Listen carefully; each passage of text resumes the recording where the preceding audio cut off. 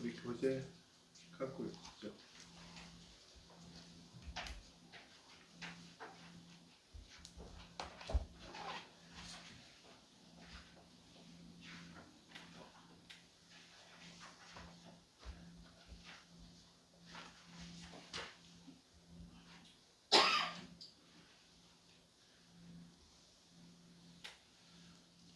지난번에 그 동서문화유학 37페이지인가요?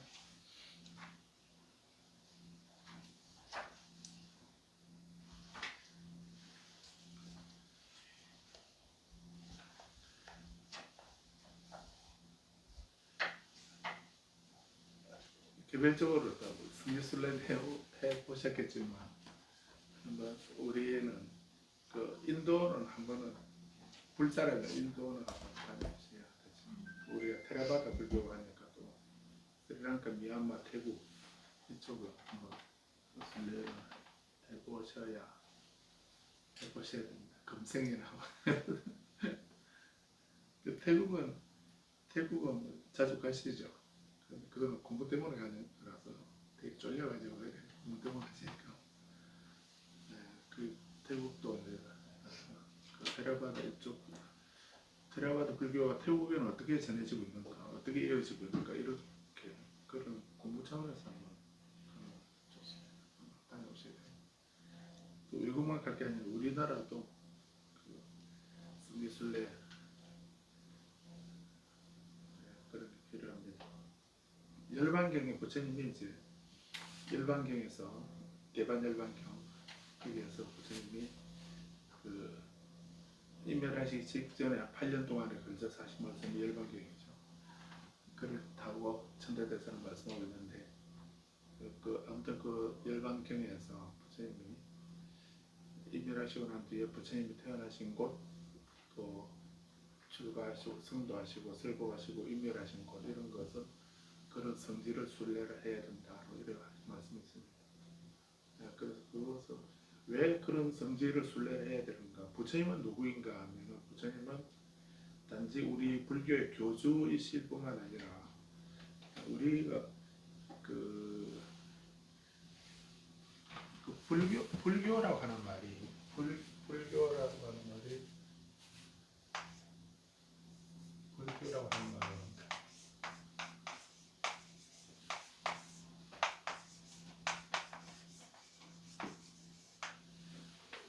그래서 환경소에서 그 불교라는 말을 쓰고 있습니다. 불교라는 말이 있거든요. 환경소에도 불교라는 이런 말, 우리 종교가 불교다 이런 말을 하는데 환경경속에도 불교라는 이런 말이 있습니다. 그러면 불교라는 말이 어디서 나오는가 하는 이런 거를 우리가 불교라고 이런 말할 때는 그 환경 속에 불교라고 이래 할 때는 불교라고 이렇게 있으면 불교, 불법 뭐 이런 말을 많이 쓰거든요. 그래서 저는 이것을 그냥 불교 이렇게 번역할 수도 있는데 부처님의 교설이라고 이렇게 번역을 하고 있습니다. 불교라 경전의 불교라 이런 말이에요. 그냥 불교라 이래도 되지만 부처님의 교설을 의미한다고 이렇게 번역하고 있긴 한데 보통 우리가 불교라 이래 할 때는 이제 성불지교, 뭐 학불지교, 여기서 성불지교에서 성불에서 불자 따고 지교에서 교를 따서 불교라고 이렇게. 그러면 이 성불이라는 말은 부처가 되는 가르침, 또 학불지교라 이래 하면 부처님을 따라 배우는 가르침, 부처님이 되는 방법을 배우는 가르침, 이런 의미에서 불교라고 이렇게. 그냥 말하면은 부처님 가르침 이렇게 말할 수도 있겠지만은 근데 이제 학불이라고 이렇게 말하면 좀 다른 얘기인데 그 니까야에서는 초기경전 니까야 아하면은 니까야에서는 우리 출가자가 수행하고 공부하고 수행하는 그 궁극적 목적이 뭔가 그 일반 사람들이 이제 부처님을 뵈러 오면은 부처님의 일반 제가자들에게는 뭐라고 말씀하시는가 출가자에게는 뭐라고 말씀하시는가 이게 그런 것을 우리가 잘 아는 중요하죠. 그래서 또 남전열반경에서는 대반열반경에서는 제가자를 위한 법문, 출가자를 위한 법문 이렇게 그 단락이 나눠져 있기도 합니다. 그래서 그게 같지 않았다 이런 의미도 되거든요. 그래서 보통 일반 경전에서는 이제 그 삼론이라고 이렇게도 얘기합니다. 삼론이라서 먼저 제가자 처음으로 부처님을 처음 만나본 사람. 그래서 그 부처님에게 질문하는 사람이 불자인가 아닌가 하는 것을 어떻게 알 수 있느냐. 그 경전을 딱 읽어보면서 불자인가 아닌가 하는 것을 아는 방법이 뭐가 있죠. 어떻게 하면 알 수가 있죠. 그래서 그 처음 부처님에게 질문한 사람이 그 부처님을 고다마시오 이렇게 말하면은 고다마는 성이죠. 부처님을 성으로 부르고 있으면은 그러면 그 사람은 아직 불자 아니다 하는 걸 알 수 있습니다. 부처님을 세존이시여, 뭐 고현분이시여, 세존이시여, 열애이시여, 선서, 수갔다 이렇게 되면 선서 진리 세계로 잘 가신 분을 해서 선서라는 말이거든요. 그렇게 열애라든지 선서라든지 이런 말로 부르고 있으면은 그러면 그 사람은 불자입니다. 그런데 그렇게 부처님을 열애라고 안 부르고 그냥 고따마로 부르면은 성을 부르고 있으면 이 사람은 아직 불자가 아니구나 이렇게 알 수가 있습니다.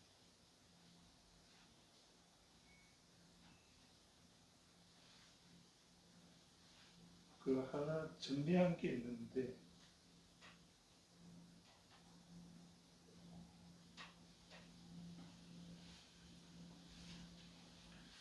이미 보셨겠지만은 그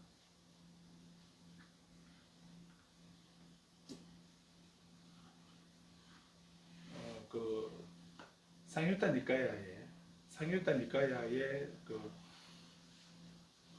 부처님 상유타 니까야 중에 시 형식으로 부처님 본문을 개송으로 하신 말씀이 있습니다. 개송으로 부처님 하신 말씀이 있거든요. 그래서 다르마의 노래라고 제가 의미를 붙여서 다르마의 노래라고 했는데 다르마의 노래 그래서 여기에 상유타 니까야의 개송으로 하신 말씀이 있습니다. 한 권이 전체 한 개송이 거의 한 1000개 가까이 되는 법국경보다는 양이 많습니다. 법국경 423종이거든요.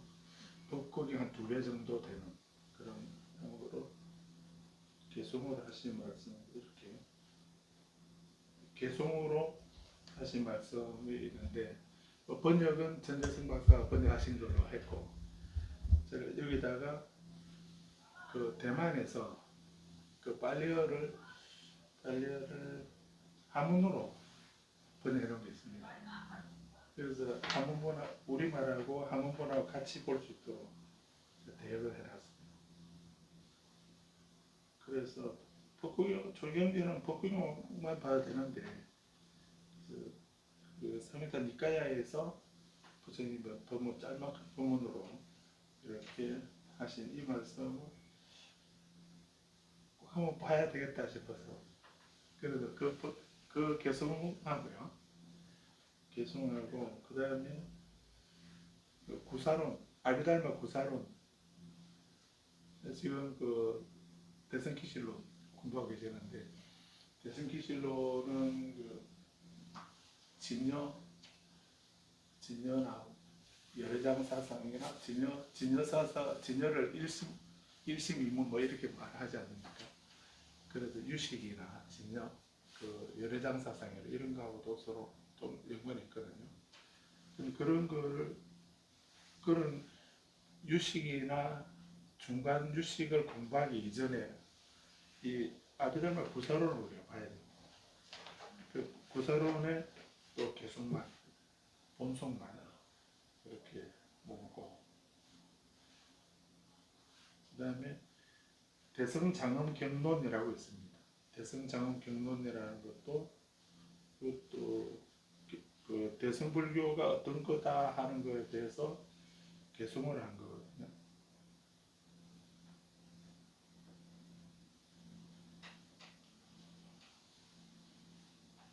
그래서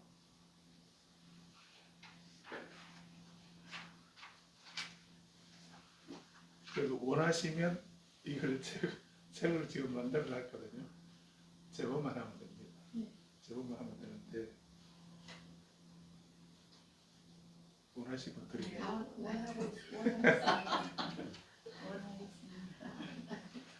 네, 그래서 요즘 해주고 싶어서 그런 말씀하신 거 아닙니까? 네? 저희들한테 해주고 싶어서 그런 말씀하신 거 아닙니까? 제가 제 공부 삼아서 했는데 이거 우리가 꼭 봐야 됩니다. 그래서 니까야 상유타 니까야에서 하시는 그 상유타 니까야의 말씀을 개성으로 요약했다 이렇게 하면 되거든요.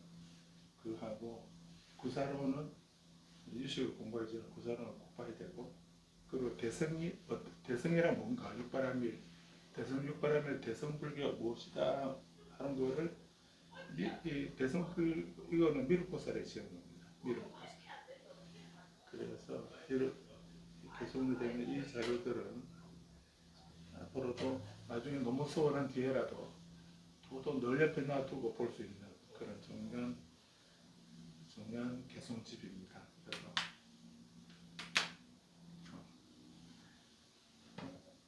그래서 그렇게 하는 거죠. 그래서 사실상 니까에 보게 되면, 그래서 처음 오게 되면 이거는 제가 다음 시간에 제본해서 다음 시간에 할 수 있도록 해드리겠습니다. 우리 불자들에게 얘기해보고 뭐 법공양 하겠다면 그렇게 하고, 아니면 스님들 구입하도록 얘기하십시오. 그런데 여기 보면은 아무튼 제가자이면 아직 부처님의 귀에 안 하는 사람들은 그 부처님 성을 부릅니다. 저도 일본 가니까 일본에 고해산 대학에서 공부할 때 그때 교수가 저보고 그 처음에는 노상 이러더라고요.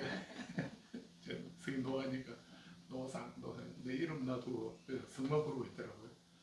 나중에는 애노상 이렇게 하게 되는데, 그래서 성만 부르고 있으면 부처님을 성만 부르고 있으면 아직 부처님을 귀에 안 한 일반 사람이다 이렇게 할 수 있어요. 기분을 보시다가 니까야도 보시다가 성을 부르고 있으면 이 사람 아직 불교에 귀에 안 한 외도이구나 이렇게 생각하시면 됩니다. 그래서 근데 이제 그렇게 부처님과 대화를 하다가 본인이 신신돼서 이제 감화되어서 부처님 귀에 하게 되면 그때 가서는 세존이시여 이렇게 합니다.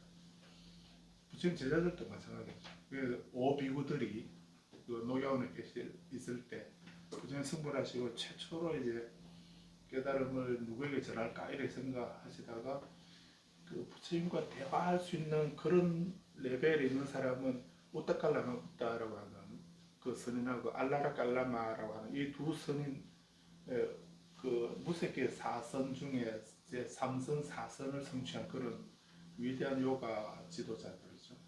그분들에게 부처님이 선정을 배우셨는데, 근데 그분들이라면은 대화를 할 수 있겠다 싶어서 이제 그분들이 지금 어디 계시지 하고, 처음에 그분들의 요가를 공부하시고는 그 선정만으로는 내가 원하는 깨달음을 얻을 수 없다라고 하는 걸 아시고는 버리지 않습니까? 이제 내려놓고 고행을 하시거든요. 그러니까 6년 지났으니까 지금 어디 계시지 하고 보니까 그분들이 우타갈라마부터는 보름 전에 죽었다는 걸 알게 되고 알라라 갈라마 어제 저녁에 죽었다는 걸 알게 되죠. 그래서 그분들이라면은 부처님이 깨달으신 그 아늑다라 삼냐 삼보리를 얘기를 할 수 있겠다 생각했는데 그분들이 없다고 죽고 없으니까 그때 부처님이 그 믿고 의지할 데가 없다고 하는 건 괴로운 일이다. 이렇게 말씀하시거든요. 그 순간을 그분들이 이미 죽었다 하는 사실을 알았을 때 부처님이 느끼신 그 감정을 일본 사람들은 정각자의 고독이라 이렇게 말합니다. 정각자의 고독. 더 이상 얘기를 할 수 있는 사람이 없다. 우리가 중국 고사에서도 지음인이라는 말이 있죠. 그분이 금은거를 타면 그 친구가 말을 안 하고 그냥 금은거가 타고 있으면은 지금 친구가 마음이 되게 즐거운 마음이구나, 슬픈 마음이구나, 고민이 많은 순간이구나 이런 거를 그 소리만 듣고 알아들었다잖아. 그런데 이제 그렇게 알아듣는 그 본인이 금은거를 타면 그 친구가 그 소리를 다 말을 안 해도 나는 이런 마음이고 이런 기분이고 이런 생각이 든다라고 말을 안 해도 내가 그분과 듣는 그 소리만 듣고도 알아주었다고 하죠. 근데 그 친구가 죽고 나니까 그분과 타는 그 친구가 그분거를 꺾어버렸어요. 나 이제 그분 안 탄다고.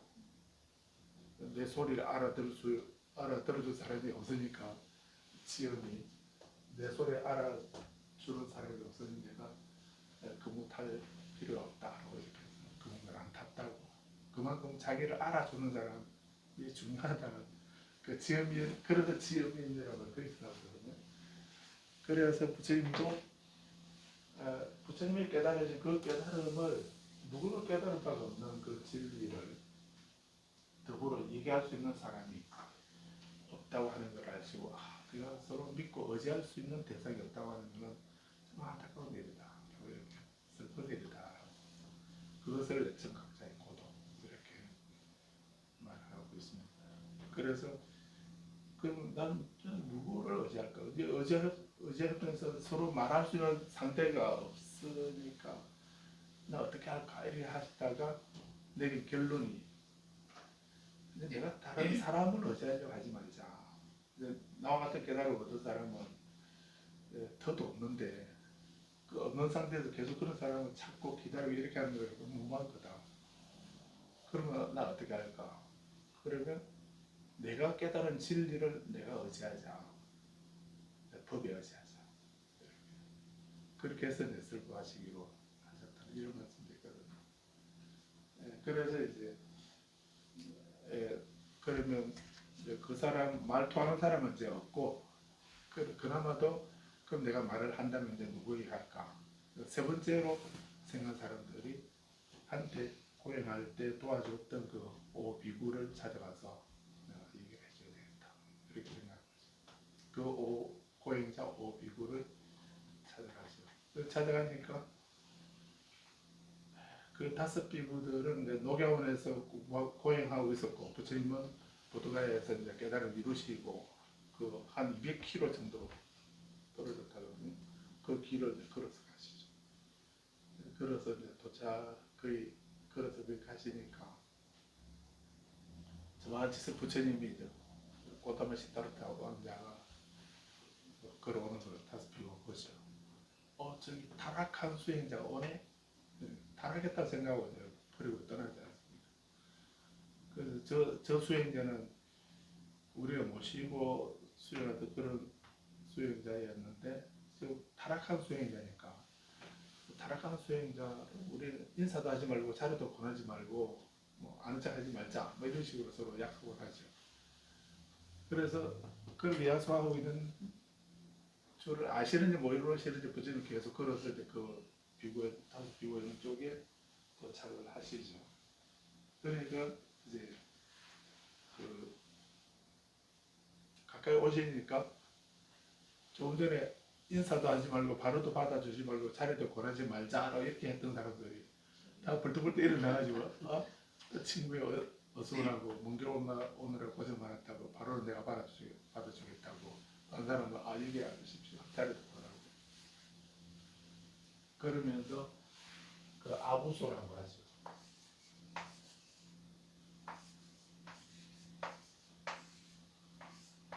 아부소요 친구요 보시요 라고 이렇게 아부소 보시요 라고 이렇게 부릅니다. 보시요 먼 길 오느라고 고생했습니다. 바로는 내가 받아주겠습니다. 이리로 자리에 앉으십시오. 이렇게 자리를 권하면서 친구요 라고 이렇게 조금 전에는 뭐 아는 척하지 말자고 하더니 도착하니까 친구요 그러니까 부처님이 나를 친구라고 부르지 마라. 나를 아부소 나를 친구라고 부르지 마라. 이렇게 나는 진리를 깨닫는 부처이다. 나를 친구라고 부르지 마라. 유명한 사건. 그러니까 다섯 비구가 안 믿죠. 타락한 수행이 어떻게 진리를 깨달았다고 하느냐. 이렇게 당신은 타락한 수행이 아니냐. 근데 어떻게 진리를 깨달았다고 하느냐. 그런 진리를 타락한 사람이 어떻게 깨달았다고 하느냐. 이런 식으로 하면서 안 믿죠. 그러니까 부처님이 세 번을 말씀하십니다. 세 번을 말씀하십니다. 내가 언제 내가 진리를 깨달았다고 말한 적이 있더냐라고 하는 거. 그러니까 지금까지 한 번이라도 내가 진리를 깨달았다고 지금 말고 그 이전에 말한 적이 있느냐. 없었다.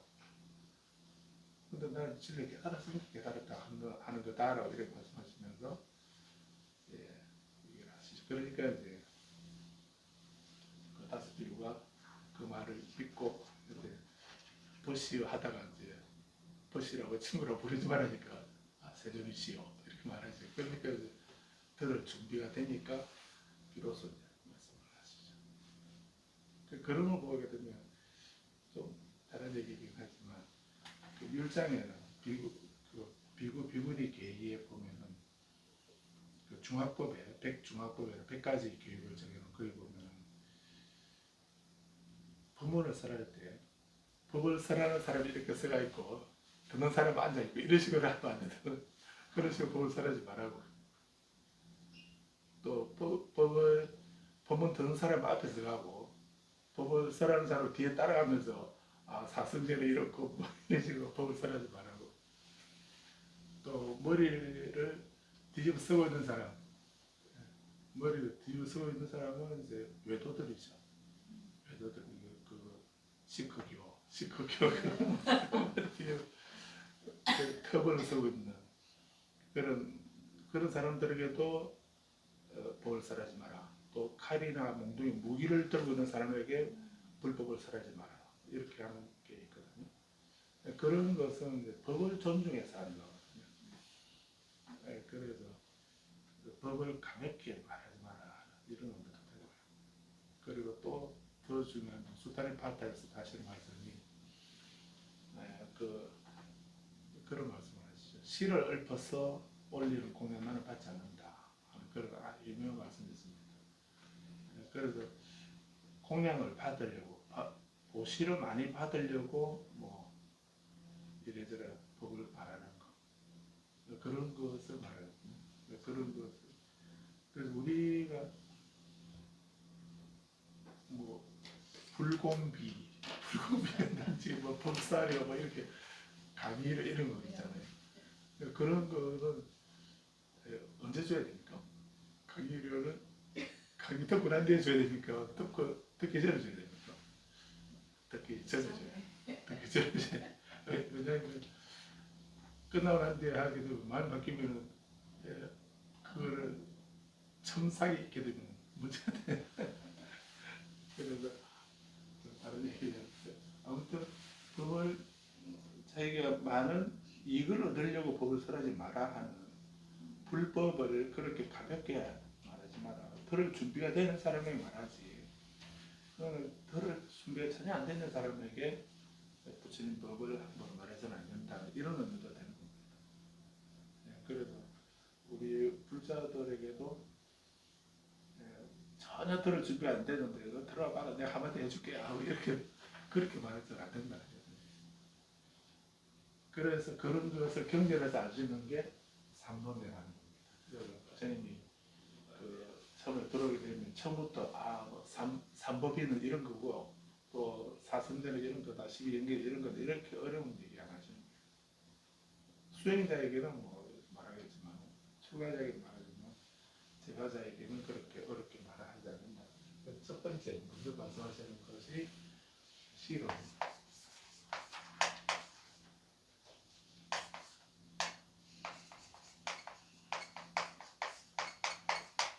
실험 도시에 대해서 말씀합니다. 제가자들은 뭐 무상고 무아라든지 육바람일이라든지 뭐 이런 거 어려운 거 그런 거 생각하지 말고 그냥 보시를 해라. 보시하는 이거를 꾸따단다의 경이라고 디가니까야 그 꾸따단다의 경이라는 그 경에서는 바라몬드 이 보시하는 것은 조선 전래의 제사라는 말로도 쓰거든요. 그래서 이것은 그 바라몬드 하는 제사와 같은 거라고 이렇게 보는 겁니다. 제사와 같은 거라고. 우리는 수행자에게 보시하고 베풀고 나누는 것 이런 것은 바라몬들이 지내는 제사와 같은 공덕이 있다. 그보다 더 큰 공덕이 있는 것이 보시하는 거다 이렇게 말하거든요. 그래서 일반 사람들에게도 불교 믿고 안 믿고 떠나서 먼저 베풀고 나누는 삶을 살아라 이렇게 처음 찾아오는 사람에게 두 번째는 계론이랍니다. 윤리 도덕에 대한 말씀하죠. 살아있는 생명을 죽이지 마라. 괴롭히거나 죽이지 마라. 그래서 일반 제가자들에게는 우리가 불살생 이렇게 계율을 말하기도 하는데 그 달라이라마 존자 티베트에서 달라이라마 존자님은 그 관세음보살의 과신이다라고 티베트 사람 부처님의 과신 관세음보살의 과신이라고 있습니다. 그래서 관세음보살은 대자 대비하신 분이기 때문에 그 달라이라마 존자님은 그 자비 부르신 자비가 기본이다라고 근본이다. 자비의 과신이다라고 이렇게 많이 서양에 그래 알려지고 있거든요. 그래서 그런지 또 세계적으로도 노벨 평화상을 받으신 그런 분이기도 합니다. 그리고 존재님은 그 지혜와 자비에 대해서 말씀 많이 하시죠. 그 표현의 모습 그 자체가 또 하신 말씀 모든 말씀이 부처님의 지혜와 자비 이걸 강조하고 말씀하십니다. 그래 하시는 것처럼 그런데 이제 이렇게 우리가 존자님 하시는 법문 가운데 이제 우리 사람은 인간은 일생 동안 그 다른 생명을 죽여서는 안 된다. 자애와 연민의 마음으로 너 그렇게 살아야 되고 다른 생명을 죽여서는 안 된다. 살생을 해서는 안 된다. 살생을 해서는 안 된다. 이렇게 말씀하십니다. 그 자비가 근본이신 분이니까 당연히 그런 말씀하시겠죠. 그런데 살생 안 하면 좋긴 한데 근데 어쩔 수 없이 그렇게 꼭 그 살생 안 한다고 하는 이 말이 칼이나 무기를 가지고 다른 생명을 죽이는 것만이 살생이 아니고 다른 사람을 해치거나 괴롭히는 거, 그 학교에서 뭐 왕따 하는 거, 그 이심해야 하는 거 그런 것도 포함된다. 그래서 그 하신 말씀 가운데 우리는 항상 남을 돕고 또 다른 사람을 도와주고 베풀고 도와주고 또 죽이지 않는 그런 삶을 살아야 합니다. 이렇게 당연히 그런 말씀하시는데 그런데 그렇게 다른 사람 해치는 죽이거나 해치는 이런 삶을 살기는 그렇게 하기가 정말 힘들다면 최소한 우리가 최소한 다른 생명을 괴롭히지 말아야 된다. 해치지 않는 것이 가장 좋은 거고, 근데 그 농사를 짓거나 어업을 하거나 정육점을 하거나 이렇게 하면 또 문제가 좀 다르지 않을 수도 있으니까. 그런데 그럴 경우 본인이 생계를 위해서 직업상 어떻게 할 수 없는 그런 상황이라 한다면 그 필요 이상의 다른 사람을 그냥 그 우리가 낚시를 하지 말라고 이렇게 말하잖아요. 불자들에게 낚시하는 거를 하지 말라고, 사냥이나 낚시를 하지 말고 이렇게 그런 거를 들어서 많이 얘기하지 않습니까? 그 낚시를 근데 낚시하는 사람들 그 낚시광 강태공들에게 물어보면 이렇게 재밌는 거를 왜 하지 말았냐고 이렇게 하잖아요. 근데 우리는 그 낚시를 왜 하지 말아 하죠? 낚시를 하지 말라 하는 게 부처님 살살 하지 마라 했으니까 하지 마라 이 말 그렇게도 하겠지만 그 말이 아니라 이제 낚시는 그 말 못하는 그 미물들에게 우리는 그 낚시 바늘에 먹이를 꿰어가지고 그 생명을 유희로 레저나 유희로 이렇게 하는 거기 때문에 그래서 하지 말라는 거예요. 낚시 사냥이나 낚시를 하지 말라는 게 그 내 생명이 귀하면 다른 생명도 다 목숨은 귀한 건데 그 목숨을 장난 삼아서 놀이 삼아서 하는 거 그런 거 그것 때문에 하지 말라 하는 거. 한 10여 년 전인가 좀 더 됐나 그 일본에서 나온 그 다마고치죠.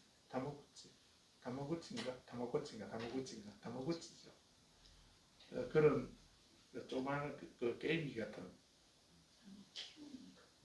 그게 병아리나 이런 거 이제 스위치 딱 켜면은 병아리 딱 같이 놀아줘야 되고 먹이 달라고 빽빽하게 되면 먹이도 주고 같이 놀아주기도 하고 뭐 하는 그런 그래서 먹이를 안 주면은 병아리 우는 거라 그래. 들었어. 예.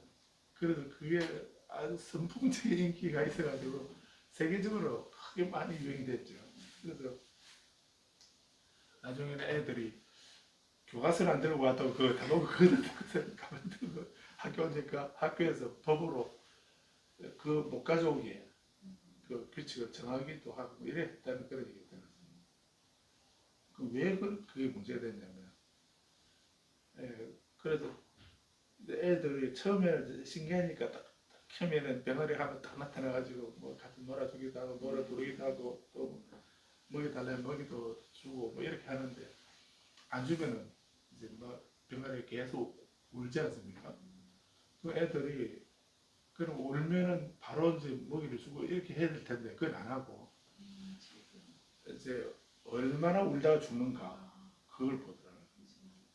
시간을 보고 울다가 지쳐가지고 나중에는 그 전원이 다 되거나 뭐 어떻게 해서 꺼질 거 아닙니까?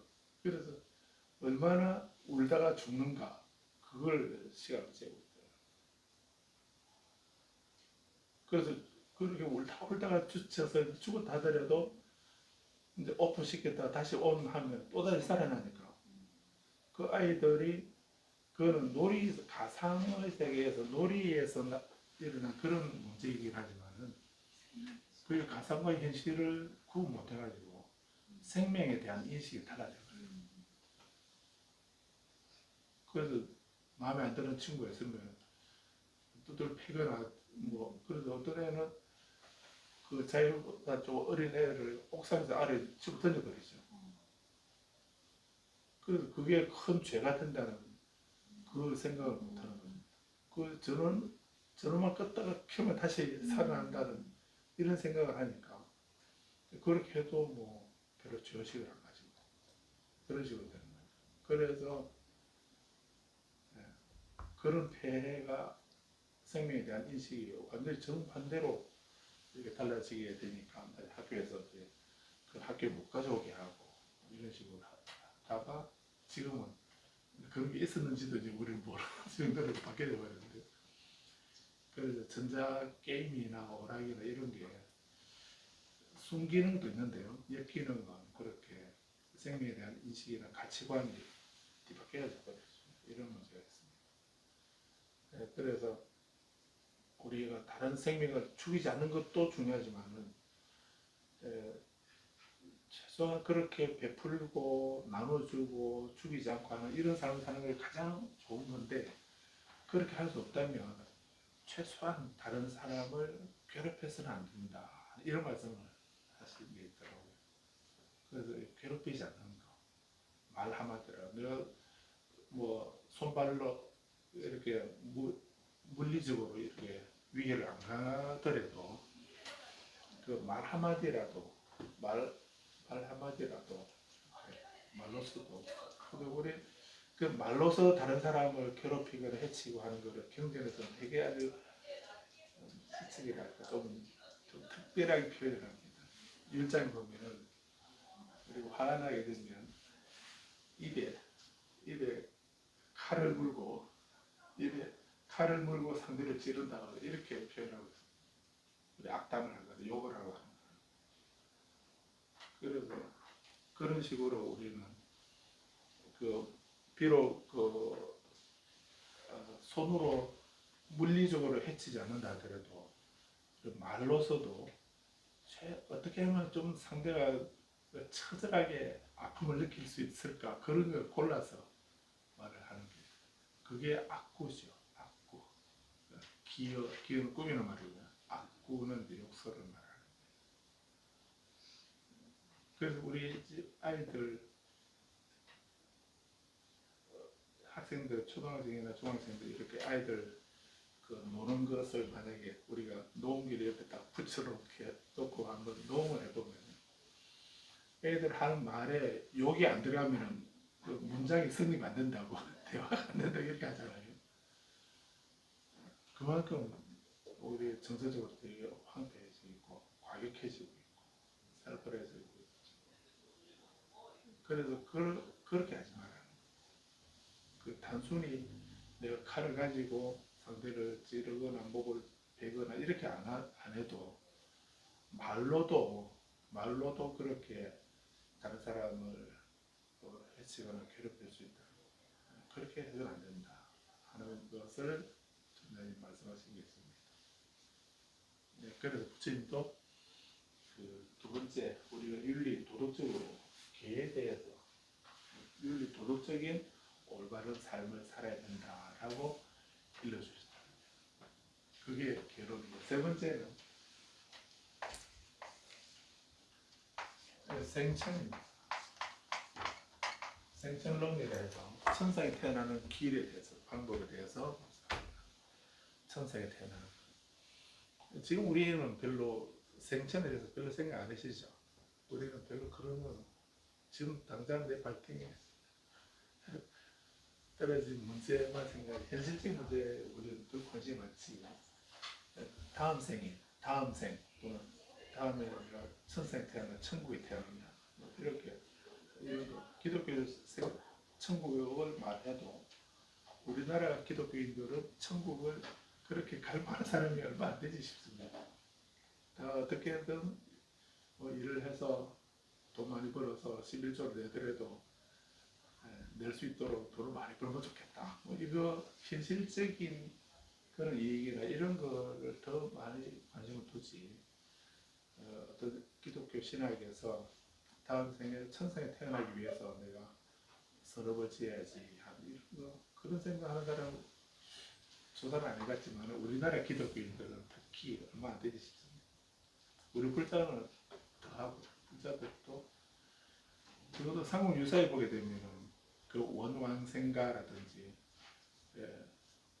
그 도천수 대비가라든지 향가를 보게 되면 그 생천에 대해서 또 극락왕생에 대해서 왕생에 대한 이런 얘기들이 많이 있습니다.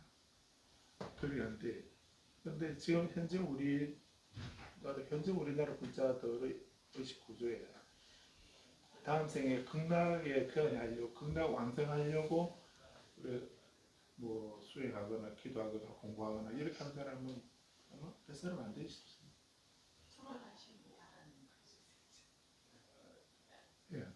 그 적어도 돌아가기 전에는 건강 나와 아무 상관이 없는 그런 식으로.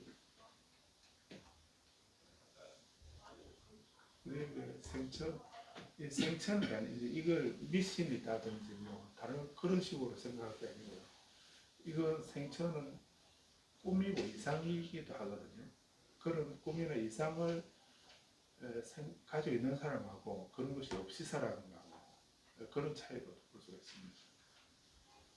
그 다음 생에 인정하는가 안 하는가. 어떤 스님은 또 뭐 윤회 그런 거 없다 그래서 말하고 뭐 천상이나 지옥이나 이런 다 그냥 방편으로 하는 말이다 이렇게 말하긴 합니다. 근데 그럴 수도 있겠지만은 그런 식으로 단정하기가 되게 위험하다 저는 봅니다.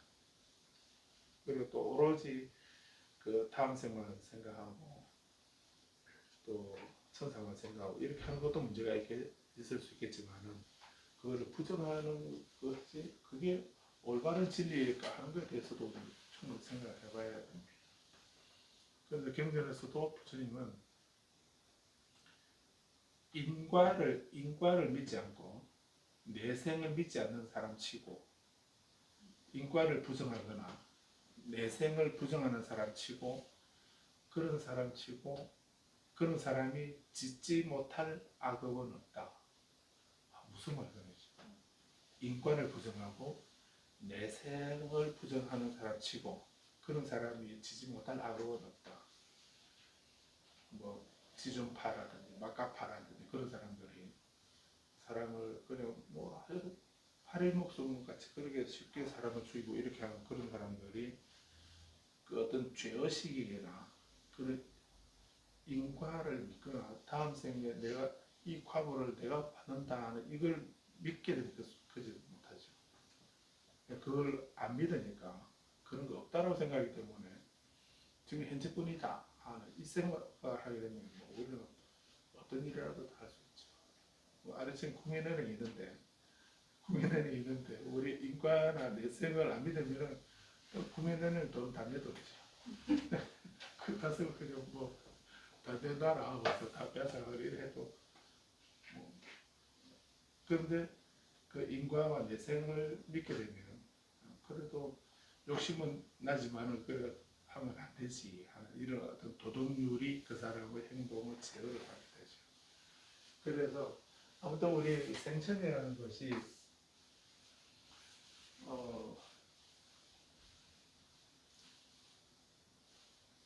그 호킹 박사도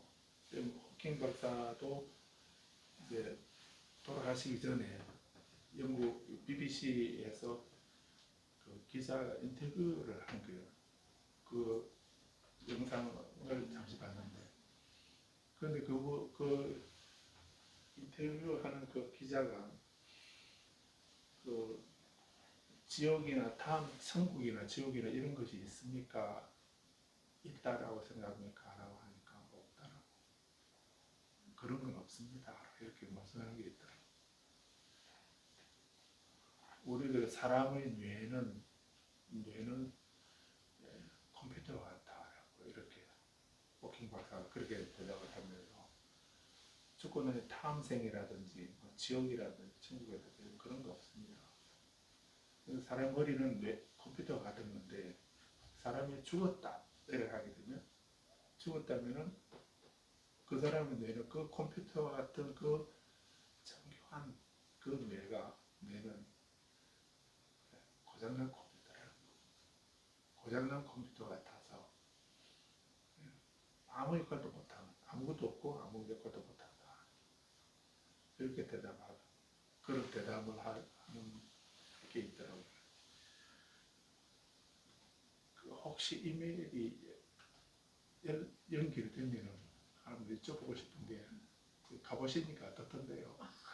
진짜 어떤가요? 아니면 있던가요? 물어보고 싶은데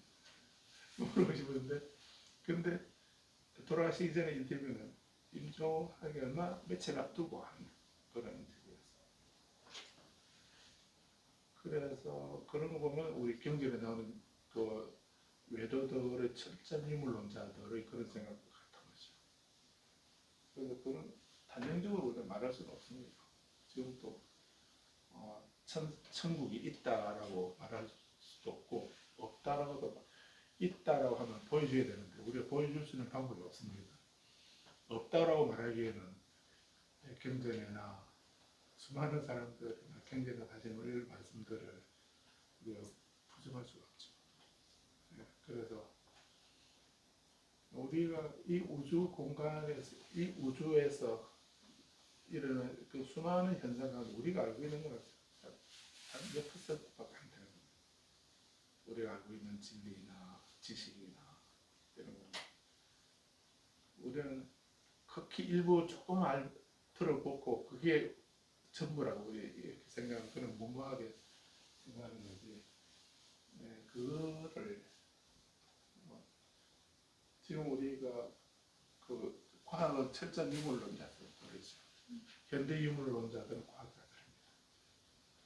그래서 과학적으로 증명이 안 된다고 보여줄 수 없고 알 수 없다고 해서 우리가 없다고 이렇게 말할 수 있는 근거가 없습니다. 지금까지 내가 알고 있는 지식으로는 여기까지지만은 그 이면은 우리는 알지 못하는 거예요.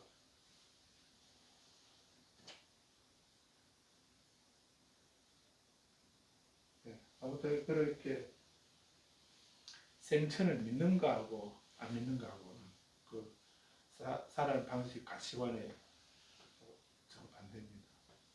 그래서 대체로 보면은 종교인들하고 비종교인하고 이렇게 보게 되면 크게 큰 틀에서 종교를 가지고 있는 사람하고 종교를 안 가지고 있는 사람을 이렇게 보게 되면 그래도 종교를 가지고 있는 사람은 뭐 악업을 안 지으면 가장 좋은 거겠지만은 똑같은 상황이라고 한다면은 종교를 가지고 있는 사람이 그래도 악업을 덜 짓죠. 덜 짓습니다. 종교를 안 가진 사람들은 물론 또 뭐 그때도 다 일괄적으로 그 무종교인들은 다 악인이다 이렇게 말할 수는 없는 거고 그 종교를 안 가져도 안 가지고 있는 사람 중에도 정말 고귀한 삶을 사는 사람이 있는가 하면 종교를 가지는 사람들이 오히려 그 법을 악용해가지고 사람들을 우민화시키고 자기를 절대화시키는 이런 그런 나쁜 종교인들도 많긴 하지만 큰 틀에서 보게 되면 종교인들은 인과나 내생을 믿는 사람들은 그 사람들이 하는 거하고 그 믿지 않는 사람들이 하는 생활 방식하고는 반대다 이렇게 볼 수 있습니다. 그래서 우리가 종교 뭐 코로나 사태를 겪으면서 정말 우리 이 시대 기도가 필요한가 종교가 필요한가 이렇게 의문을 가진 사람이 많았지 않습니까? 그 덕에 뭐 종교인들이 많이 줄어지기도 하고 우리 불자 신도도 많이 줄어지기도 했지만은 세계적으로 봐도 종교인들이 많이 줄어지게 된 그런 팬데믹 사태를 겪으면서 그런 종교에 대한 회의를 하는 사람들이 많이 생겼죠. 그래서 그런 분들은 종교를 잘못 이해해서 그러거든요. 종교가 어떤 절대자나 초월자, 절대자 이런 분이 있다는 생각을 해서 그런 분에 계셔서 우리가 바라는 것을 길흉하고 다 해결해 준다라고 이렇게 생각 그런 기준을 가지고 있어서 그렇지 불교식으로 우리가 자업자득이다라든지 하는 이런 부처님 가르침을 아는 사람들은 제대로 부처님 가르침을 이해하고 수행하는 사람들에게는 팬데믹이 와도 코로나 사태를 겪어도 오히려 우리는 더 신심이 강화되지 부처님에 대해서 회의를 한 사람은 사실 없었습니다. 부처님을 신으로 생각하고 잘못 이해한 사람들이 뭐 저렇게 가도 부처님 영혼이 없네 이 소리를 하겠지만 부처님 가르침을 제대로 이해했다면 그런 소리 안 하게 되는 거랑 마찬가지입니다. 그래서 아무튼 종교를 떠나서 우리가 생천이라 천상에 태어난다라고 하는 이런 생천의 가치관을 갖는 거하고 그런 게 없는 거하고는 다른 겁니다. 그래서 우리 불자들에게도 생천이나 또 극락왕생이나 왕생사상 이런 거를 많이 강조할 필요가 있습니다. 그래서 그 생설로는 이제 천상이 있다는 이것만이 아니라 천상이 있다면 거기에 어떻게 하면 갈 수 있는가 천상에 태어나는 방법 생천 천상에 태어나는 방법을 말씀한다는 이런 의미거든요. 그래서 그 기실론에서도 너무 막그 교리적으로 현학적으로 이렇게 막 일심이라 뭔가 이문이라 뭔가 이런 식으로만 설명할 게 아니고 그런 기본적인 이거를 얘기하면서 그걸 바탕으로 실천적인 면으로 우리 어떤 삶을 살아야 되는가 그 일심 이문에서 우리 어떤 삶을 살아야 되는가 이 부분을 이게 하시기 정리하고 있겠지만 기실론 뒷부분에는 그 수행 방법을 말씀하고 있거든요. 네 가지 믿음 말하고 있다. 그런 것처럼 우리가 그 천상이 있는가 없는가 이걸 떠나서 그럼 천상이 있다면 천상이 있을 확률이 몇 퍼센트라고 보십니까? 천상이 있다는 것에 있을 확률이 50%고요.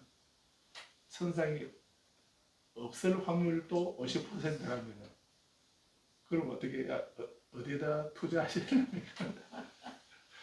우리가 확률이 지금 주식을 저는 안 해봤지만 주식 내가 투자해가지고 좀 오를 확률이 한 20-30%만 되어도 우리는 바로 몰빵까지는 안 가도 지금 마음 놓고 투자를 하겠죠. 이익을 볼 확률이 그 정도만 되어도. 근데 50%가 된다면 그럼 묻지마 투자가 안 되려나요? 안 그런가요? 그런데 천국이 있을 확률도 50%고 없을 확률도 50%라면 그러면은 뭐 있다는데 그렇다면 어디다 점을 찍으시려니까? 있다는데 점을 찍으려니까 없다는데 찍으려니까?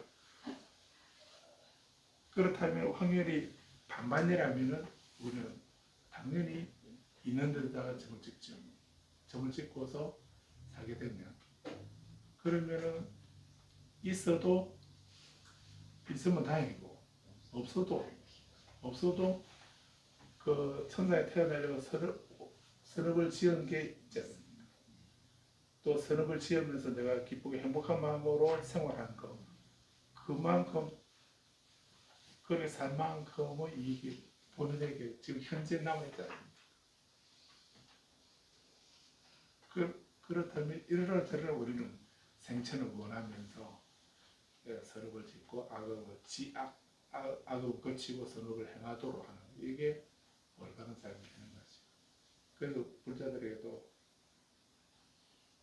그 정토왕생, 연불 정토왕생의 정토사상을 많이 강조해야 하는 이유가 이렇게 되는 겁니다. 그래서 부처님은 아직 불교 삼법인 사성제는 아직 말씀하기 이전에 일반 사람들에게 항상 베풀고 나누는 삶을 살아라. 그리고 도덕적으로 다른 사람을 괴롭히지 않는, 해치거나 괴롭히지 않는 삶을 살아라. 그리고 항상 이상을 가지고 천상에 태어날 수 있는 그런 삶을 살아라. 이렇게 말씀합니다. 일반인들. 출가자에게는, 근데 부처님은 출가 비구에게는 이런 얘기 안 합니다. 출가자는 이렇게 말 안 하고, 출가자는 우리는 궁극적 목적이 뭔가, 우리는 오로지 열반을 성취하는 것을 궁극적 목적으로 말씀하시는 겁니다. 열반을 성취하기 위해서 우리는 출가하고 수행합니다. 이렇게. 출가 수행, 궁극적인 목적은 열반의 성취에 있다. 열반의 성취라고 이렇게 하시죠. 그런 열반의 성취가 대승불교에서는 선물을 받겠다는 의미입니다. 성불로. 열반의 성취를 대승불교 시대에는 부처를 이룬다, 성불이라는 말로 이렇게 바꿔서. 그래서 우리는 인사할 때 성불합시다 이렇게 인사하는 이유가 거기에 있습니다. 근데 니까야에는 성불이라는 말 안 합니다. 성불이라는 말 없고 열반을 성취한다 하는 이런 것이 궁극적 목적이 되어 있다라고 합니다. 그래서 성불이라는 의미도 중요하지만은 우리 불교는 부처가 되기 위해서 부처가 되는 방법을 가리키는 그 진리, 그 종교가 불교라는 거예요. 부처님을 따라 배우는 거예요. 부처를. 그래서 부처님의 삶을 우리가 부처님의 일생을 공부해야 하는 이유가 부처님이 어떤 지혜를 가지고 오셨고 뭐 어떤 신통력이 있으시고 하는 이런 것도 우리가 알아야 되겠지만 부처님의 일생 동안 어떤 삶을 사셨는가. 그래서 학불 부처님을 따라 배우는. 그래서 화엄경의 보현행을 보면 상수불학원이라는 게 있잖아요. 상수불학. 항상 부처님을 따라 배우기를 원합니다 하는 이런 의원이 보현행원 중에 10가지 행원 중 하나거든요. 그래서 성지순례 갔다 오면 제가 합리화시키려고 제가 1시간 까먹었습니다. 성지순례 가는 게 우리가 단순히 관광 가는 게 아니고 그렇게 부처님을 따라 배우는 겁니다. 그래서 부처님이 이런 말씀을 하시고 이런 삶을 사셨다. 부처님이 어떤 삶을 사신 것을 따라 배우는 입장에서 그렇게 하기 위해서 우리는 성지순례 한다라고 생각하셔야 합니다. 교재 38페이지 보면은 이런 부처님의 일생을 이제 인도 사람들은 부처님의 그런 형상을 함부로 조성하는 것을 상상을 못합니다. 부처님의 그 형상을 그리거나 조성하거나 하는 것을 상상을 못하죠. 그런데 이제 그런 것이 불상을 조성하게 된 것이 이제 간다라 지방에서 그리스 사람들이 간다라 지방으로 들어와서 그때 불교를 접하면서 부처님을 조성하게 되었다는 것, 그것을 교재 38페이지에서 설명하고 있습니다. 그래서 서북인도의 간다라 지방을 중심으로 1세기 때 발생을 했고, 그리고 위쪽에 훈족의 침입으로 5세기 중엽에 이제 간다라 지방에 있던 그 왕족은 멸망을 하게 되는데, 5세기 중엽까지 이렇게 존속했다는 이런 얘기죠. 1세기 때. 그래서 불상은 그 언제부터 조성되는가? 기원 1세기 전후, 그때 대승불교 일어나면서부터 이제 그 불상이 등장하게 되거든요. 그래서 나중에 혹시 성지순례 가보시게 되면요, 스리랑카, 미얀마, 태국 이쪽으로 가는 그쪽으로 가보시고 또 그 인도 다람살라 쪽이나 다람살라, 네팔, 중국, 우리나라 이렇게 보게 되면 그 불교 용품이나 이런 게 다릅니다. 그래서 우리나라도 이제 그 밀교가 신라 때에 밀교가 들어오거든요. 신라 때에 이미 중국 밀교가 우리나라 들어와서 우리나라의 통일신라 그 시대에 신인종이라는 하고 총지종이라는 그런 밀교 종파가 있었다고 하는 기록이 있습니다. 그러다가 고려 때는 이제 그 원나라 침입을 받게 되죠. 중국 원나라는 이제 그 티베트 불교입니다. 원나라 때는 티베트 불교거든요. 그래서 그 라마교라고 하는 그런 티베트 불교가 이제 원나라가 기본됩니다. 몽골 이쪽이니까. 그래서 나중에 혹시 공주 마곡사 가보셨나요? 공주 마곡사.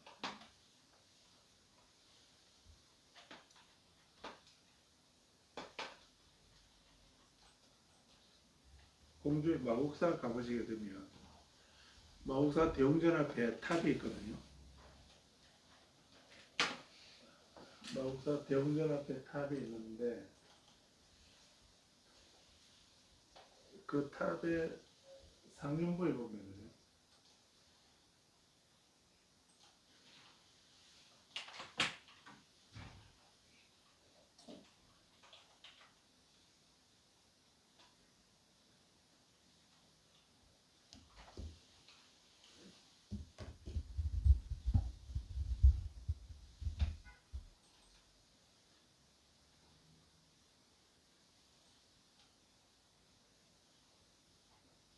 이게 마곡사 5층 탑이거든요.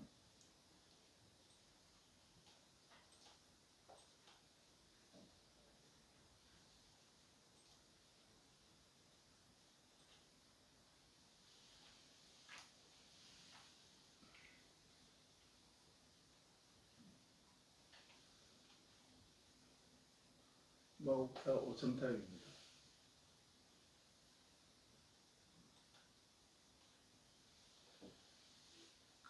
여기까지는 다 우리 전통 우리 탑이죠. 여기까지는 우리나라 석탑 양식을 좀 따르고 있거든요. 요거요. 이거는 청동으로 되어 있거든요. 청동으로 이 석탑이 올려져 있습니다. 요거는 티베트 불교 탑입니다. 티베트 양식 탑이거든요.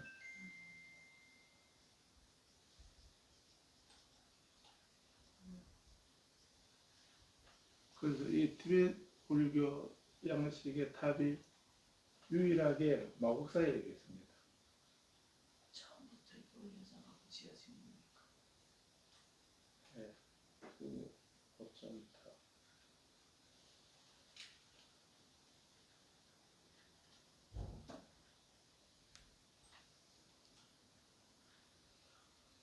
나중에 자세한 거 보시고.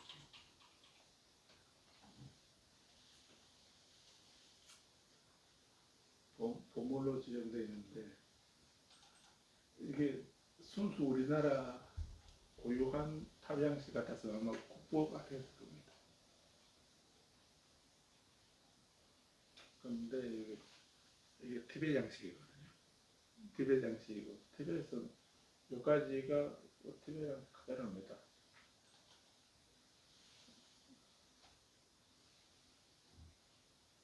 티베트에서는 이런 양식의 탑이 다양하게 그려져 있는데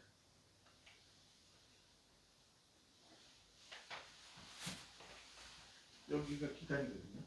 기단이고 위에 이런 양식도 있고 뭐 다양한 탑 양식이 있습니다. 티베트는.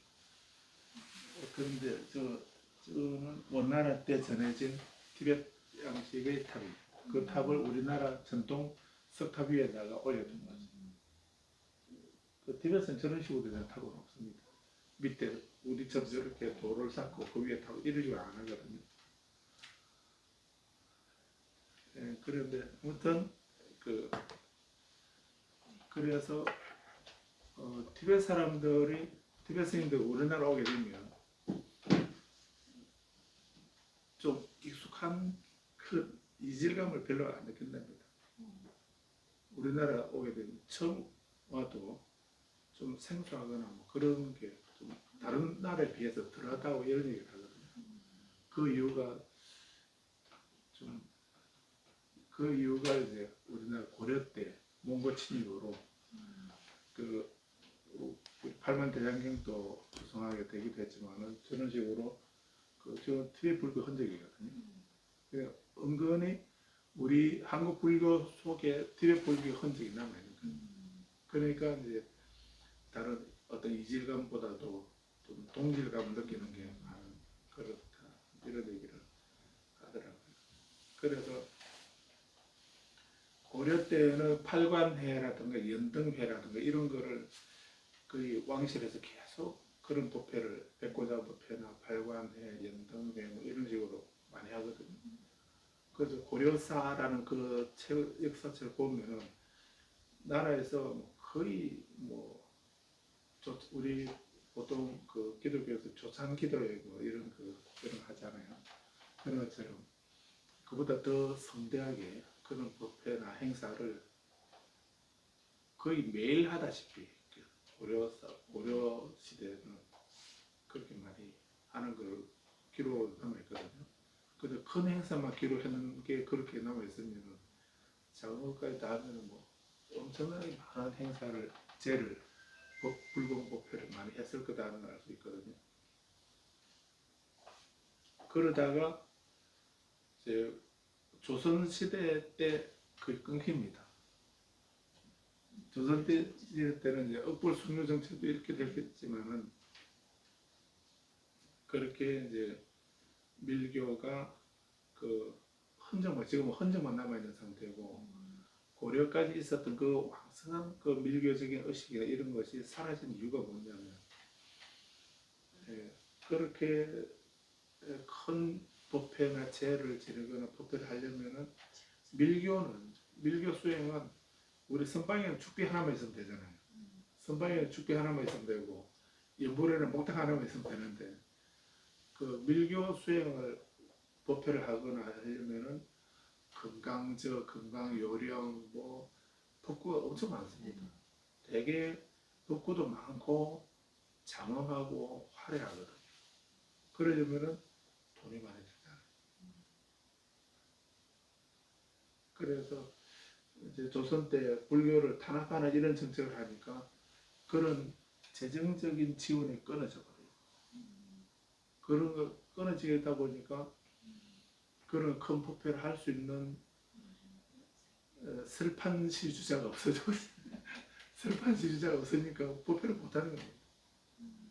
그렇게 500년이 지나다 보니까 이제 결국 부처님 점안식 하거나 낙성식 하고 점안식 할 때 한번 크게 하고 그 나머지로 그냥 뭐 실정내만 하고 많은 그런 식으로 500년을 하게 된 거죠. 그래서 그런 것처럼 그 불교도 그런 역사적인 그런 과정들을 우리나라뿐만 아니라 다 겪게 됩니다. 그래서 그런 역사에 있어서 밀교가 전해지고 있는 곳, 티베트이나 네팔이나 또 북인도 쪽이나 또 중국 이쪽은 그 불교 용품이 펜시 용품이 이런 것이 엄청 많습니다. 다양하고 많습니다. 화려하고 다양하거든요. 근데 스리랑카나 미얀마나 태국이나 이런 데 가면 별로 뭐 보리수라든가 뭐 별로 얼마 없습니다. 되게 단촐합니다. 남방 불교는 이런 어떤 장엄물이나 장식 이런 것에 대해 단촐한 데 비해서 대성불교나 또 밀교가 전해져 이런 것도 되게 화려하고 장엄하고 다양합니다. 그런 것처럼 인도만 봐도 이제 간다라 불교 서북 인도 간다라에 그리스 사람들 들어오기 이전하고 이후하고 달라지는 거죠. 그래서 기원 1세기 전부터 5세기는 이 초기 중기 대성불교까지 이 시대까지의 그 지대한 영향을 끼친 것이 간다라 지방의 그 문화이다라고 할 수 있습니다. 그래서 간다라 지방도 이제 전기와 후기로 나누어서 간다라 전기에는 3세기 중엽까지인데 그때는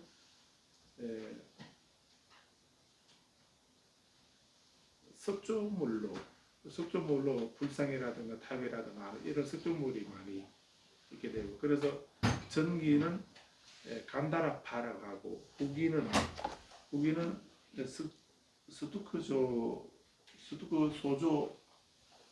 진흙으로서 만든 어떤 형상을 만든 이런 것이 많이 있어서 그때는 후기는 스투크조라고 하고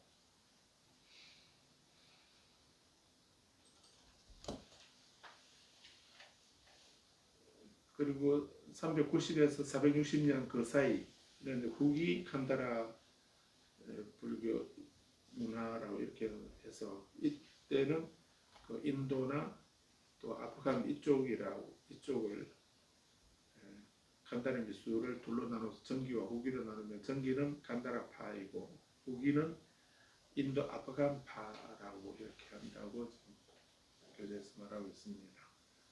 그래서 그리스 미술의 영향으로 받은 것은 그리스 풍불교 미술이고 로마 미술의 영향은 로마 풍불교 미술이다라고 이렇게 얘기를 하고 있습니다.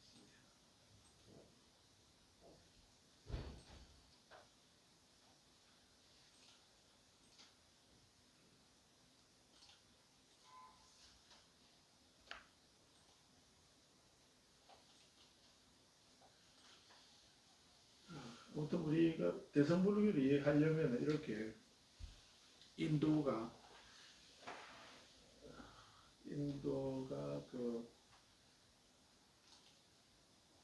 이렇게 이 사진을 보게 되면은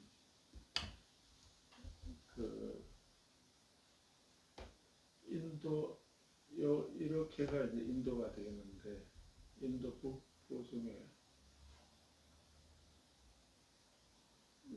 이렇게 히말라야 산하고 이렇게 가려져 있기 때문에 막아져 있기 때문에 대륙의 문화가 인도로 바로 못 내려오죠. 못 내려오고 이렇게 서쪽으로 해서 파레티아 이쪽으로 해서 서쪽으로 해서 이쪽은 평원이니까 이 히말라야 산맥을 피해서 이 서쪽으로 해서 이렇게 인도로 들어오게 되거든요. 그러다 보니까 인도가 대륙은 그 이란, 이라크 이런 서역 쪽하고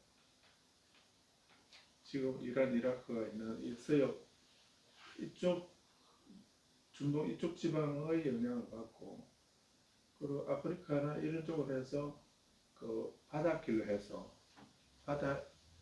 바닷길로 해서 이렇게 인도에 영향을 주는 그래서 동서 간의 그런 교육이나 소통이 활발했다는 그런 동서 문화 교류가 일찍부터 있었다는 그런 게 그래서 인도 문화가 대륙만이 아니고 또 해양 문화만도 아니고 이런 대륙과 해양의 이런 문화들이 융합된 곳이 인도다 이런 특징을 가지고 있습니다.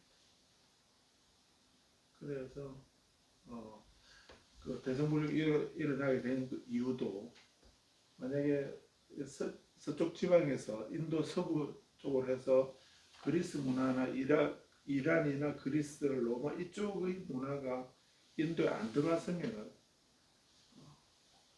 아마 지금 대성불교가 안 일어났을지도 모릅니다. 그래서 우리가 대성불교를 이해하려면은 대성불교 교리적인 어떤 해석이나 사상의 차이도 우리는 그런 서역이나 그리스나 이란 이쪽 문화하고 융합이 되면서 그런 것을 인도에서 그런 사상이나 문화를 인도에서 수용하면서 고유하게 가지고 있는 바라문교나 불교가 어떻게 변화되고 확산되는가 이렇게 이해를 해야 되는 그런 입장이거든요. 그래서 대성이다, 소성이다, 뭐 불설이다, 불설이 아니다 하는 이런 식으로 나누는 건 별로 의미가 없습니다. 그래서 계속 같은 말을 말씀드리고 있긴 한데 그 동서 문화의 교류 이런 입장에서 그 인도 불교를 이해해야 대성 불교가 그나마 바로 이해된다는 그런 생각에서 이렇게 말씀드리고 있습니다. 그래서 아미타불이나 그스방 금강사상도 그 이란의 조라스터교의 영향을 받아서 성립했다는 거. 또 미륵불에 대해서도 이란의 태양신 미수라라고 하는 태양신의 영향을 받고 유대교의 구세주 메시아라고 하는 구세주 이런 사상이 그런 유대교의 메시아 사상이 불교에 들어와서 미륵불이잖아요. 지금 현재는 도솔천에 보살로 계시고 도솔천이라는 천상의 내원궁에 보살로 계시는데 56억 7천만 년 후에 이 세상에 인간 세상에 내려와서 성불하시는 미래의 부처님으로 미래불로 미륵으로 말씀을 우리가 말하는 이유가 니까야에서는 미륵 이름을 등장합니다. 수타니 바타에 마이트레야로 이렇게 등장하거든요. 그런데 미래불로서 등장하지 않거든요. 근데 그 미륵을 미래불로 미래에 승불한다고 하는 미래의 부처님으로 등장하게 된 것이 유대교의 구세주 메시아 사상을 받아들여서 우리는 미래불 사상이 등장했다는 것. 조라스트로교의 영향을 받아서 그 서방 극락세계, 하필 극락세계가 왜 서쪽에 있는가? 동쪽이 아니고 왜 서쪽에 있는가? 이런 것도 조라스트로교나 그리스도교, 이 서양 문화의 영향을 받아서 그렇게 해석이 되었다는 이런 얘기입니다. 그래서 간다라의 전기는 1세기에서 발생해서 5세기에 멸망하게 되는데, 근데 그 전 후기로 나누면은 전기는 3세기 중요까지는 간다라파라고 하고 360년까지는 인도파 또는 인도 아프간파라고 이렇게 하고 있고, 특징은 그리스 미술의 영향을 받으면은 그리스풍 올리게 미술, 로마 미술 영향을 받으면은 로마풍 올리게 미술 이렇게 얘기한다는 얘기죠. 그래서 간다라 미술의 역사적인 의미는 불상을 처음으로 제작했다 하는 이게 그 간다라 미술의 큰 특징입니다. 그래서 산치 대탑이나 그런 불전 부조에 보면은 불교 인도의 그 이전 불교 미술에서는 그 간다라 이전에는 불타의 인격적인 모습으로 표현하는 것을 절대적으로 피했다라고 하는 이게 기본입니다. 그래서 그 산치 대탑에도 보면은 그 구조물에 보면 부처님의 승불하신 자리 금강좌, 보리수, 부처님의 발자국, 족적을 새길 뿐이고 설거하는 붓다로서 법륜 또는 안일가는 하는 불타에 대해서는 탑으로 표현하는 이런 것이 기본입니다.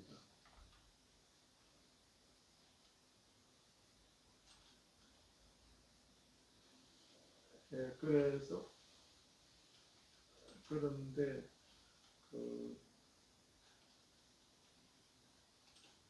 간다라 이후로 이제 그 불상이나 그러니까 산지 대탑에서는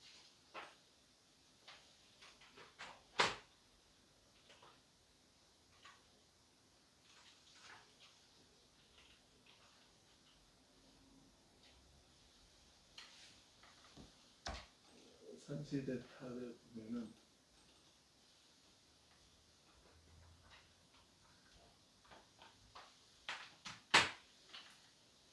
탑에 우리 일중 같은 이런 데 새겨져 있는 거라든지 그 안에 이런 난간 같은 이런 데다가 부처님 일생을 그 부조물로 새겨놨거든요. 이렇게 새겨놓은 걸 부조물이라고 하잖아요. 이런 데 보면은 이런 부조물에 보면 부처님이 계셔야 할 자리에 그냥 자리만 있거나 법륜이나 보리수나 이런 걸로만 표현한다. 부처님 형상이 없습니다. 제자들은 다 새겨놓는데 부처님은 형상으로 사람 모습으로 안 새기거든요. 그러니까 이 산지대탑은 기원전 3세기 마우리아 왕조 때에 아쇼카 대왕에 의해서 조성되었다고 하고 있죠. 그래서 이때까지만 해도 조성을 부처님 형상을 조성하는 것을 되게 어렵다는 이런 얘기입니다. 건강에 보일수 있죠. 부처님 설법하시는 자리에는 그냥 법륜을 새겨놓기도 하고요. 나중에 불상이 조성되면 설법위를 합니다. 설법위를 한 그런 설법이라는 그런 수위를 하고 있는 불상을 조성하지만은 그 이전에는 설법하는 부처님을 그려야 된다, 새겨야 된다 하면은 법륜을 새겼다는 이런 얘기고요. 또 반열반하셔 인면하시는 모습을 새길 때는 탑으로 표현했다 이런 특징을 가지고 있습니다. 그래서 최초기의 불상은 1세기 말 기원보시도였다. 기원보시도인데 기원정사를 그 급고독 장자가 그 부처님을 마가독에 가서 사유성을 살았는데 마가독에 가서 친구집에 갔다가 부처님이 계신다는 얘기를 듣고 그 부처님 우리나라에도 좀 모시고 싶다라고 그래 부처님 챙겨내서 우리나라 사유국에도 오셔서 법을 설법해 주실 수 있습니까? 라고 여쭤보니까 부처님이 가겠다고 하시죠. 그러니까 이 급고독 장자가 큰 부자였기 때문에 마가사국에서 이제 자기 고향 사유국까지 사유성까지 이렇게 오시는 그 길에 심리마다 하나씩 우물을 받다. 비구들이 걸어서 오실 거잖아요. 오시면서 드실 수 있도록 심리마다 우물을 파서 물을 먹을 수 있도록 이렇게 하고 나라에 도착해가지고 이제 절을 어디 부처님 모실 절을 지어야 되겠다 생각을 했죠. 그래서 물색을 해보니까 한 동산이 있는데 그 동산이 아주 부처님이 지내시기 딱 좋겠다 해서 거기다가 이제 동산 그걸 사야 되겠다라고 소유자를 확인해 보니까 기타 태자의 동산이죠. 왕립 동산이었던 겁니다. 그래서 기타 태자를 찾아가서 이 동산 나입하십시오 이래가지고 그 태자가 안 팔려량으로 땅값을 엄청 많이 부르죠. 팔 생각했으면 얼마 뭐 흥정했을 건데 팔 생각을 안 했기 때문에 안 팔려고 얼마 드리면 팔겠습니까? 하니까 이 동산 전체를 금화로 덮으면은 내가 팔겠다고 이렇게 이야기하죠. 그러니까 장자가 팔겠다고 그러니까 자기 집에 가서 광을 열어서 집에 있는 금화를 전부 다 코끼리 덕에 싣고 오죠. 와서 차곡차곡 깔기 시작하는 겁니다. 보니까 그 기세가 그냥 그 동산 전체를 다 깔 수 있을 것 같은 그런 두려움이 생기죠. 그래서 태자가 묻죠. 이 동산을 그렇게 많은 돈을 주고 사서 뭐 하려고 하냐고 이렇게 하니까 부처님 선생님 부처님이 계시다는데 부처님을 우리나라로 초청했다고 그래서 내가 절을 지어서 부처님에게 기증하려고 한다고 내가 지낼 별장 지으려 하는 게 아니고 절 지어서 부처님에게 드리려고 한다고 이러니까 그 기타 태자가 부처님이라는 말에 진리를 깨달으신 분 이 말에 몰려가지고 부처님이 계시다 이러면서 그렇다면 이 동산은 당신이 이 동산에 절을 짓는 건 당신이 짓고 이 숲은 내가 당신이 다 팔고 내가 부처님을 공양하겠다고 이렇게 한 거죠. 그래서 절은 건물은 급고도 장자가 짓고 나무는 그 기타 태자의 나무 그래서 급고도 장자 아나타 빈티카 장자를 별명이 급고독 그 고독한 사람들에게 수용할 것을 필요한 것을 공급해주는 급고독 장자로 이렇게 번역을 하거든요. 그래서 그 절 이름을 두 사람 이름을 다 따서 기수 급고독은 줄여서 기원정사 이렇게 하죠. 줄여서 기원정사라고 하는 것을 지금도 슈라바스티 가면 그절 턱 남아 있죠. 턱 남아 있습니다. 그래서 성지순례 가면은 거기 가서는 우리 다 같이 한결같이 금강경 독송을 하고 있는데 그런데 아무튼 그 슈라바스티는 급고독 장자가 이제 저를 부처님에 기증하는 싸움이죠. 그래서 이 기운 보시도라는 말이 그 말입니다. 장자가 코끼리 등에다가 금화를 실어 와서 다 깔고 있는 그런 것은 이제 부정물로 만든 것, 이것이 기운 보시도입니다. 또 시끄리 불탑의 불전도, 이거는 1세기 말에서 2세기 초에 만들었는데 그때는 부처님만 크게 그리는, 그래서 사천왕이 부처님에게 그 바로를 보시하는 이런 모습을 만든 이런 부정물, 이런 것이 그냥 초기에는 없었다는 이런 얘기입니다. 초기에는 없었고 이제 그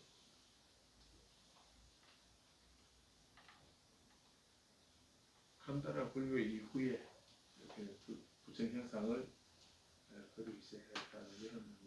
그래서 간다라 불교의 미술의 큰 특징은 불교 모양의 머리, 그 머리카락이 고슬머리인가 보면은 이제 좀 그 서양풍의 그런 머리카락, 이런 물결 모양의 머리를 하고 있고, 그래서 로마적인 얼굴을 하고 있고, 히마티언풍의 뭐 옷, 그래서 옷주름이 간다라 불상의 옷주름이 특이하죠.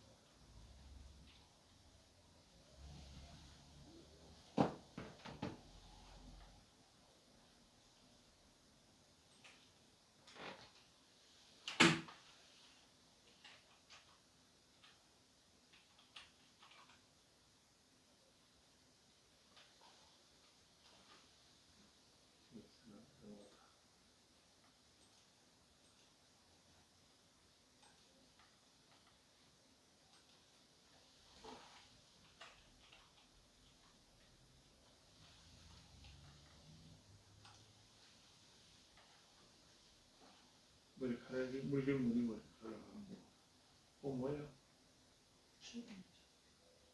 주름이라든가 옷 가사가 다른 데서는 그 마투라라든가 다른 지역에서는 이런 가사를 이렇게 안 하죠.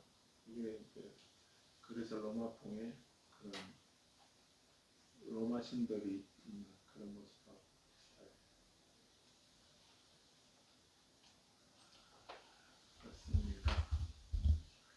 그래서 불교라는 동발 문화하고 그리스의 미술이라는 이런 것이 서로 그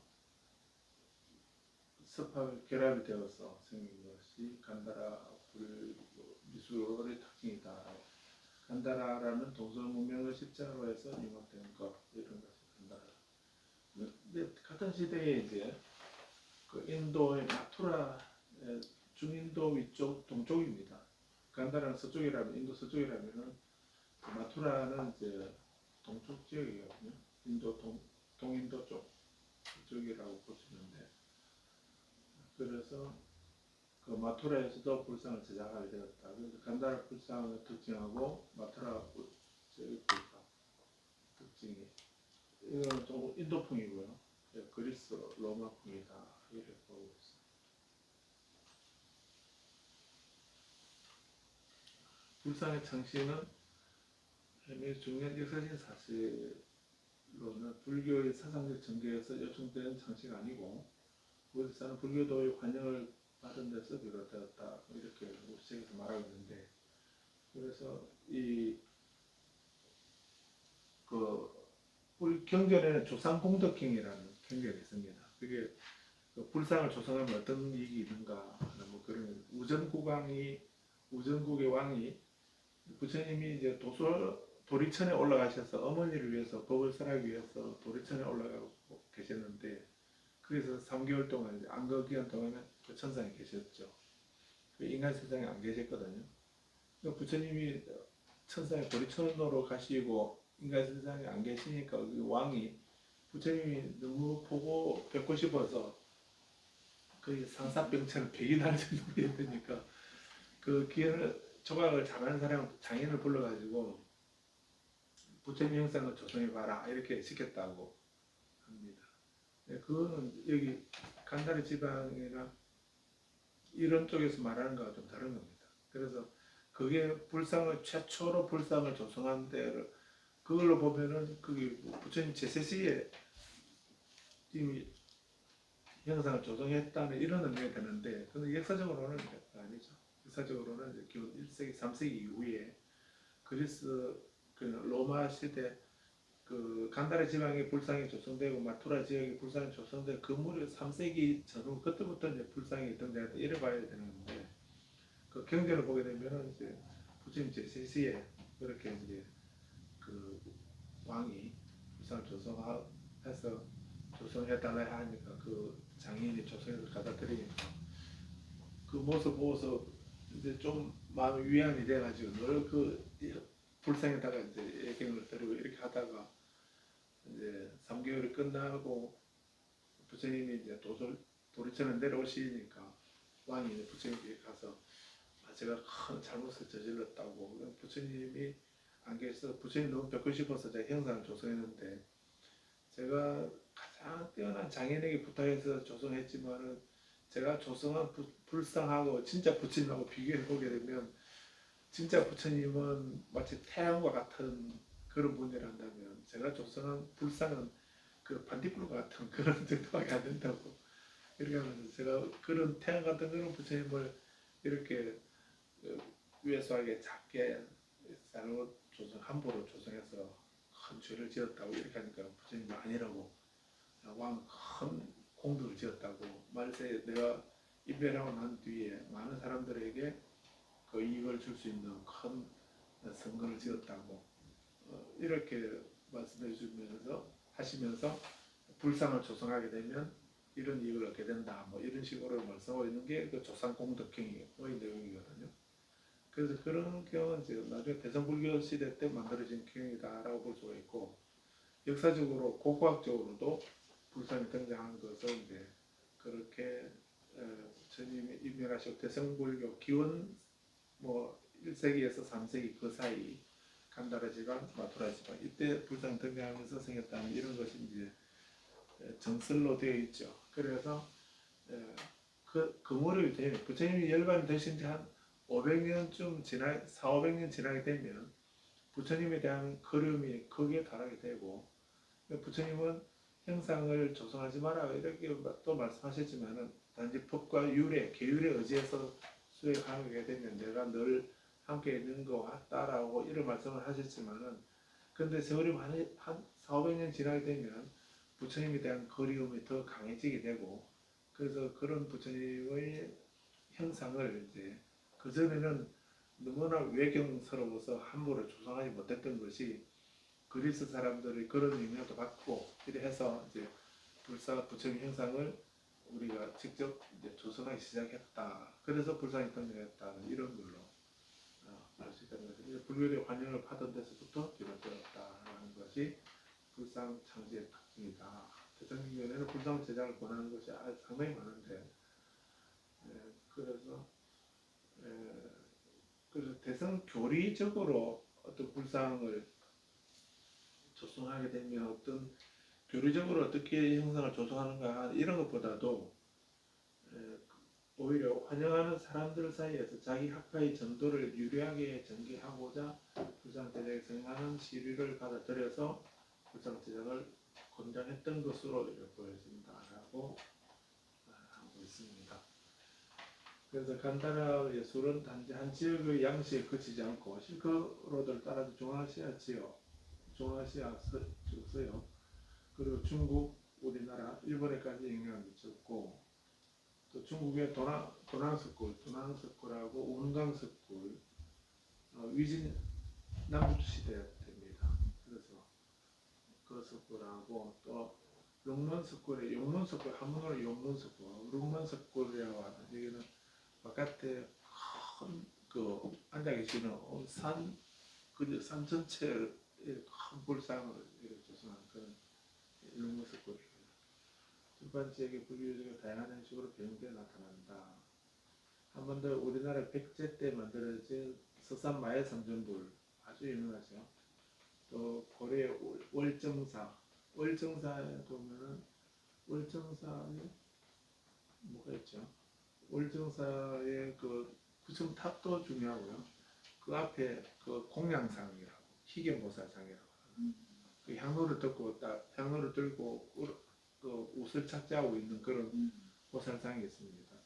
그런 식으로 그리고 신라 분원사 통일신라의 불국사 부속사 석구라 발해 석등 이불병자상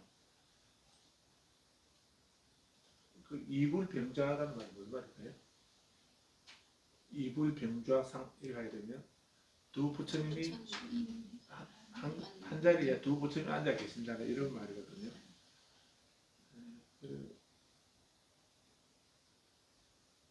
고구려의 금동 영가 열애입상 일본 아스카 시대의 호류지 이번에 대통령 가셔서 호류지 법령사 가셨죠. 나라 시대에 때 만들어진 동대사 도다이지 대불 클립에도 많은 영향을 끼쳤다라고 하고 있습니다. 그다음 상업사회 번영은 다음에 보도록 할까요?